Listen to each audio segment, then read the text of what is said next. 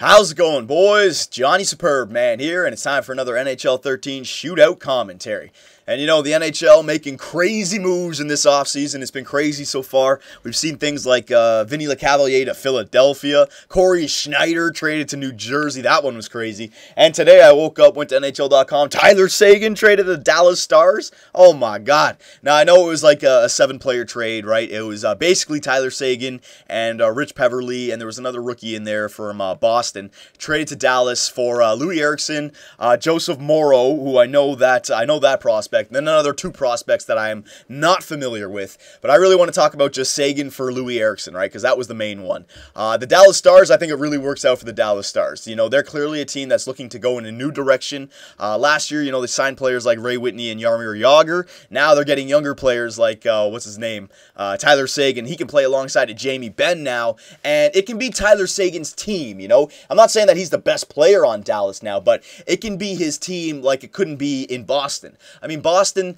they're going with Patrice Bergeron and David Krejci, right? I mean, they made it to the Stanley Cup Finals again this year with Tyler Seguin being a third liner who hardly put up any points, right? I know he had a few points there. Trust me, I know what he did. I had him in my hockey pool. But, you know, last year he signed that, 7-year or 8-year deal worth, like $5.6 million a year? If you're making that kind of money, you got to produce. It goes back to the last shootout that I had. Remember when I was talking about the last shootout and I put that question to you guys? What would you rather have? You know, making a lot of money playing wherever you have to play on a non-competitive team, or play where you want to play for a long time and have a home there and not be traded or be circled in trade rumors every other week. You know, that was the thing that Tyler Seguin, if he would have came out of his minor league deal and signed like a 3-year, $9 million contract, you know, $3 million a year until he's 24, 25, and then get his big boy contract, you think Boston would have traded him? No. I've been seeing comments saying, people saying like he's destructive behind the scenes, he doesn't get along. I don't believe any of that stuff. I think it's simply he was traded just because of cap space issues. All right, he's not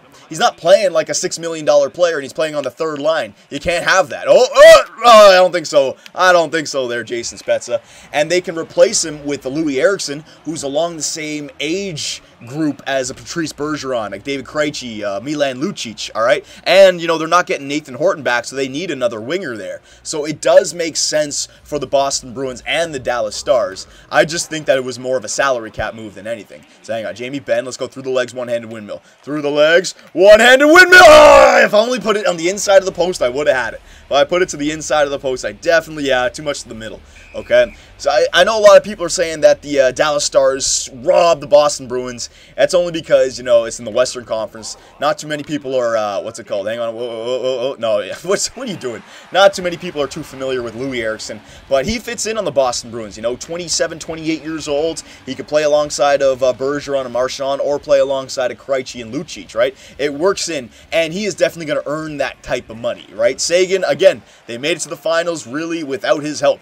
Hang on, I'll get into that in a second. Hang on, I didn't actually mean that. Oh, Whitney, there it is. Kind of like a bait dragon option. I'm not saying that he didn't do anything in the playoffs. It's just that it's that type of money, right? It's the same thing why Grabowski got bought out. Grabowski, if he's making $2.5, $3 million a year for 2 or 3 years, you hold on to him because you can easily move him.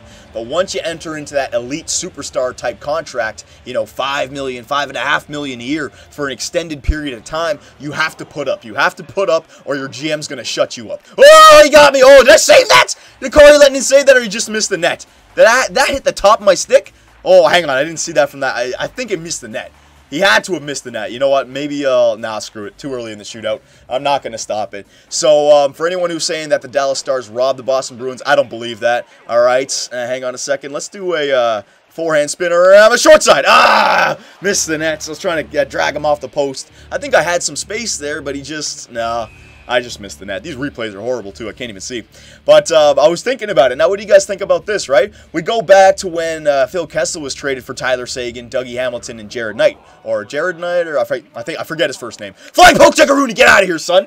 Right? Now, the deal is more like, and I know there's rookies involved. I know it was a 7-player trade, right? So, don't get all too technical on me here. But how does it look now? It's like it's Phil Kessel for Louis Eriksson, Dougie Hamilton, and Jared Knight, right? It's not horrible. It's not horrible. Let's lead it into the net. Let's lead it into the net. Ah! He didn't come off the post. He didn't come off the post. It's not horrible. And you know what? In the years that have passed, since that trade, if anyone's saying that Tyler Seguin has been the better player than Phil Kessel, you're crazy. All right, Phil Kessel so far has been the better player. Now, I definitely do think that Tyler Seguin is only, 20 or 21 years old. He still has plenty of upside. Get out of here, son. So he can easily take that back over. But I think the Toronto Maple Leafs, it worked out for us. And now Tyler Seguin's been traded to the Dallas Stars, right? So obviously they saw something in him that they just didn't want. Or, again, more of what I think it is. It's just 5.7 for the next 7 years. You better be playing on the first or second line for us.